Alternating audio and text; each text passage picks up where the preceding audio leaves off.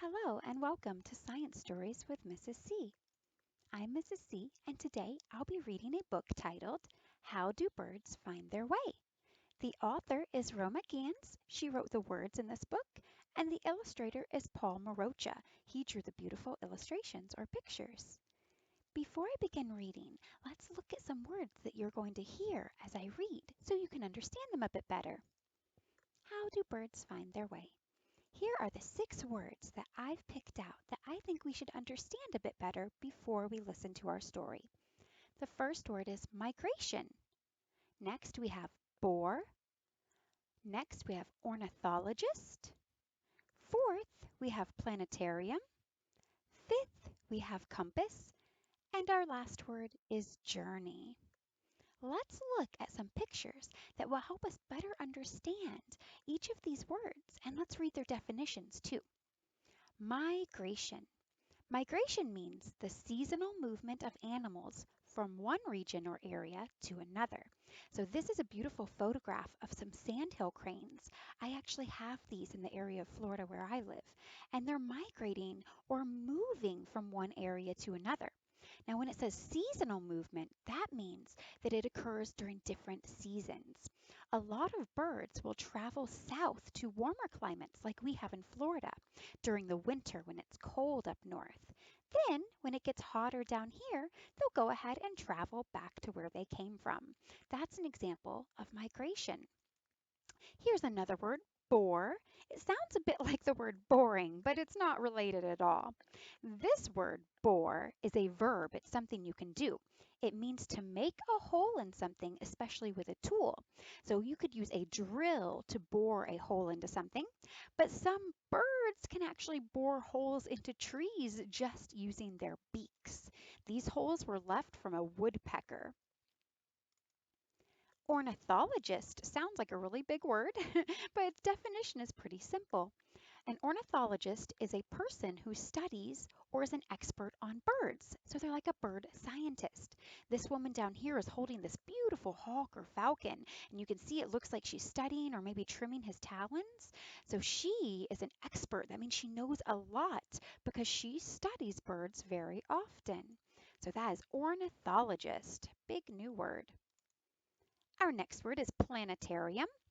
A planetarium is a building in which images of stars and planets are projected on the inner surface of a dome.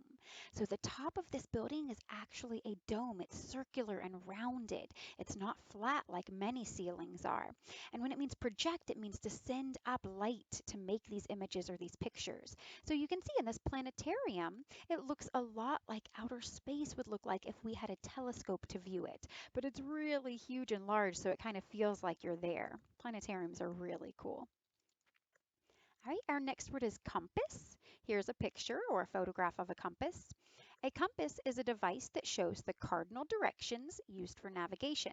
So remember, those cardinal directions are north, east, south, and west.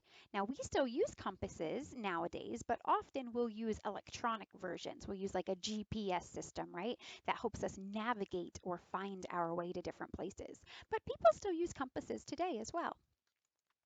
And our last word is journey. A journey is an act of traveling from one place to another. So a journey is similar to migration, right? Except it doesn't have to do with seasons and you don't have to go back and forth. You could take a short journey, maybe just a trip through the state of Florida. You could take a large journey, maybe you travel across the ocean and visit another country. So a journey is just an act of traveling from one place to another. All right, now that you've heard those definitions and understand those words a bit better, let's go ahead and read our text, and you're going to hear those words as I read. Here's our front cover again with our title, How Do Birds Find Their Way? Here's our back cover, which is really cool. It gives some more information about this book. It says, birds don't need maps. They don't. We're going to find out why when I read this book. All right, how do birds find their way? We can watch birds fly from tree to tree, from tree to house, then back again. They seem to fly here and there and anywhere. This beautiful bird is a northern oriole. That's what type of bird it is. If we watch birds all year, We find that some seem to disappear in fall when the days get shorter and colder. They are flying south where it is warmer. Here are some beautiful snow geese. Looks like they're migrating. Early in spring, the first birds begin to come back. Every spring, birds return north to make their nests, lay eggs, and hatch their babies. We say the birds are migrating. They are moving from their winter homes in the south to their summer homes in the north. Oh, here's the woodpecker. We're talking about boring holes. Look at that hole. It's using just its beak. Once they reach their northern homes, they will build their nests. They may build nests in trees or shrubs or on porch ledges. Or, like the woodpeckers, they may bore holes down into trees and make their cozy nests inside.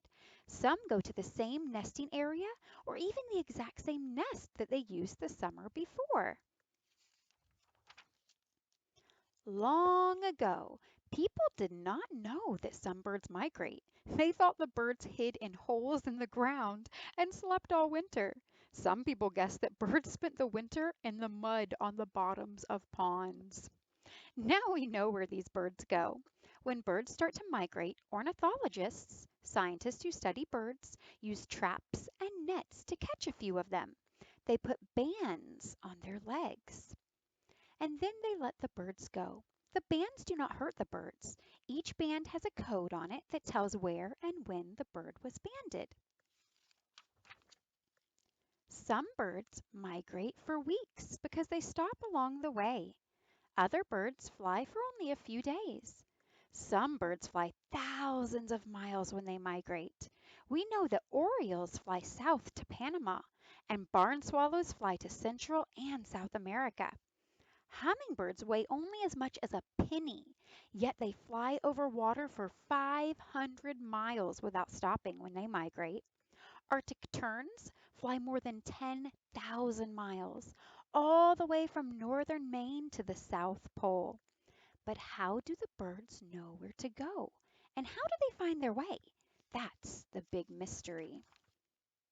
This is a barn swallow, and this is an Arctic tern. This is the one that travels 10,000 miles. Some birds may follow rivers, mountain ranges, or seashores, but many birds find their way over the ocean. There seems to be nothing there to guide them. What keeps the birds from flying in circles? Ornithologists have some ideas about how birds know which way is north and south. Birds migrate both in the daytime and at night. When birds fly by day, they use the sun to guide them. Birds seem to know what time of day it is and can use the sun's position to find north and south. They know that to fly south in the morning when the sun is in the east, they must have the sun on the left. So you can see here's sunrise, here's where the sun is positioned at noon, and here's where it's positioned at sunset. As the day goes on, the sun changes position. For birds to fly south in the afternoon, the sun must be on the right. When birds fly at night, the stars help them to find their way. Scientists have tested this idea. Birds were put in a big planetarium where the position of the stars could be moved. Scientists who worked in the planetarium placed the stars in the sky as we see them. The birds flew in one direction. When the pattern of the stars was changed, the birds flew in a different direction. It was clear that the birds had noticed that the position of the stars had changed. What a cool experiment, right? Here's a black-poll warbler. Look at that cute bird. But birds can also find their way when it is cloudy. They fly when they cannot see the sun during the day or the stars at night. How do they know which way to go? One idea is that birds are able to use the Earth's magnetic field to guide them. The magnetic field is an invisible force that surrounds the Earth. It is strongest near the North and South poles. The magnetic field is what makes the needle on a compass point north. Ornithologists think that some birds may have a built-in compass in their bodies. So like that picture of a compass I showed you, they have something like that that tells them which direction they're going. It's really cool. Homing pigeons are especially good at finding their way. When they are taken far away from home, they are usually able to find their way back. Scientists have experimented with these pigeons. They put special covers over the bird's eyes. Look at those funny covers. so that the pigeons could not see clearly. Even when the pigeons cannot see, they are often able to return home. Another kind of bird, called a Manx shearwater, was carried from England to Massachusetts, so over the ocean. It was a distance of about 3,000 miles. In 12 days, it was back in England in its own nest. How do birds know when it's time to leave for the south? Or at the end of winter, how do they know it is time to start north? Scientists know that birds have a built in yearly calendar. This calendar tells the birds that when the days become shorter, it is fall. It is time to migrate south. When the days become longer, it is spring and time to migrate north. Here's a barn swallow, and this one is a yellow-bellied sapsucker, and this is the northern oriole again. When fall approaches, birds eat a lot of food to store energy for their flight. All at once, they are gone. They have started to migrate. Several months later, the birds are getting ready to migrate again. They must make their long journey to the north. It is time to build nests, lay eggs, and raise babies. How high do birds fly? Look, this is a really cool chart that shows how high an airplane flies and how high some birds can fly. Look, this bar-headed geese, they can fly 30,000 feet up in the sky. Most do not. Most stay down here, you can see, but some birds go really high. We have solved some of the mysteries of bird migration. We know where birds go. We also know how high and fast they fly. Some birds fly as high as 5 miles above Earth, but most birds fly about half a mile above the ground. Some fly very fast, over 50 miles an hour. That is fast for a car. When the wind is blowing in the same direction that they are flying. So they're flying fast and that wind is pushing them as well. That's really quick though. Even though people have watched birds for thousands of years, we still do not have all the answers about bird migration. But ornithologists keep trying. Maybe one day you will be one of them. I think being an ornithologist sounds like a really cool job, studying birds, becoming an expert, finding out some new answers to some of those questions about migration.